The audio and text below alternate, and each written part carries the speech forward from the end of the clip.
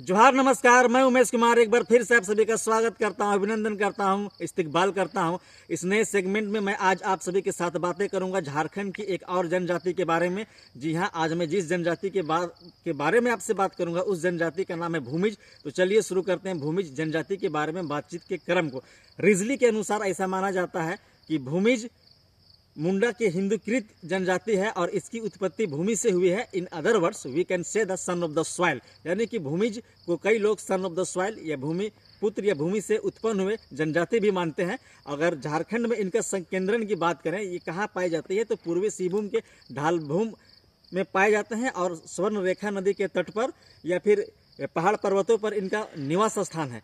अगर जनसंख्या की दृष्टि से अगर हम बात करें, जनसंख्या की बात करें तो 2011 में हुई जनगणना के अनुसार झारखंड के में इनकी आबादी 2,09,448 है। और अगर मैं पूरे जनजाति झारखंड की जनजाति के प्रतिशत की बात करूं तो 2.42% आबादी जनजाति लोगों की है। अगर इनकी भाषा की बात करें, भूमिज जनजाति की भाषा की, तो भूमिज भाषा बोलते हैं कि जो कि मुंडा भाषा से संबंधित है और इस भाषा का विकास एस्ट्रोस्टेटिक भाषा से हुआ है। और अगर इनकी प्रजाति की बात करें तो भूमिज प्रजाति का विकास जो कि ये प्रोटो एस्ट्रोलाइड से जुड़ा हुआ है, इनका विकास। अगर इनके आगे बात करें इनके रहन सहन जीवन शैली के बारे में, तो ये अस्थायी रूप से कृषि करते हैं। कुछ लोग विनिर्माण कार्यों में भी जुटे हुए हैं।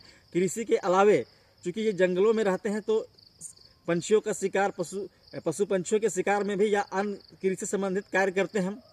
ये अभी वर्तमान में कुछ लोग सरकारी जगहों पर कार्यरत हैं, कुछ शिक्षक हैं, कुछ डॉक्टर हैं, कुछ अभियंता हैं और कुछ प्रशासनिक पदों पर भी समय के साथ कालांतर में जैसे जैसे इनमें चेतना आई और शिक्षा का प्रचार प्रसार हुआ तो ये उच्च स्तरों पर भी ये कार्यरत हैं। अगर शादी विवाह की बात करें तो इनमें बहुत ही अच्छा एक सामाजिक व्यवस्था के तहत शादी विवाह होती है और 4 प्रकार की शादियाँ होती है। ये 4 तरीके से शादियाँ होती है। पहला है देखा सुनी विवाह, दूसरा है राजी खुशी विवाह, तीसरा है ढुकू विवाह और चौथा है परित्यक्त विवाह। तो ये 4 प्रकार के विवाह भूमि जनजाति में किया जाता है। पहला है कि देखा सुनी विवाह में जिसे हम कहते हैं कि एक तरह से अरेंज मैरिज होता है, जिसमें वर पक्ष और वधु पक्ष के सहमति से होता है। दूसरा है राजी खुशी विवाह। राजी खुशी विवाह को एक तरह से हम प्रेम विवाह का स्वरूप या प्रेम विवाह बोल सकते हैं। तीसरा है ढुकू विवाह। ढुकू विवाह में होता है कि बलपूर्वक विवाह भी किया जाता है। उसके बाद चौथा है परित्यक्त विवाह। परित्यक्त विवाह में है कि जो विधवा या पुनर्विवाह का जो प्रथा है जिसे हम सांगा कहते हैं, वो लोग सांगा की संज्ञा देते हैं। तो ये 4 प्रकार की विवाह का तरीका भूमिज जनजाति में पाया जाता है। अब इसमें वधूमूल की भी प्रथा है जिसको हम गोनोंग कहते हैं। और इसमें एक है कि अगर एडल्ट्री या पर स्त्री गमन जैसी अगर कोई घटना होती है तो इसमें सामाजिक बहिष्कार की भी प्रथा है या फिर उसकी वापसी पंचायत के माध्यम से होती है। वधूमूल को तो गोनोंग कहा जाता है।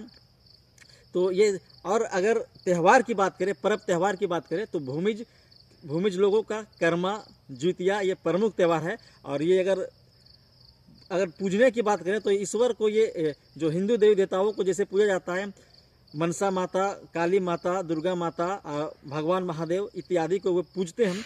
और अगर इसमें एक इनके पूरे पंचायत का जो मुखिया होता है उसे प्रधान कहा जाता है और जो प्रधान का जो पद होता है वो वंशानुगत होता है और धार्मिक रीति रिवाजों का जो कार्य होता है उसे पुरोहित संपन्न कराता है। अब इनके दाह संस्कार या अंत्येष्टि की बात करें तो इसमें शव को जलाने की प्रथा है और जो राख जो बचता है उसे एक पात्र में रखकर गाड़ दिया जाता है और जहाँ पर उसे गाड़ दिया जाता है, दफन किया जाता है, उस पर एक शिला रख दी जाती है बतौर एक स्मारक।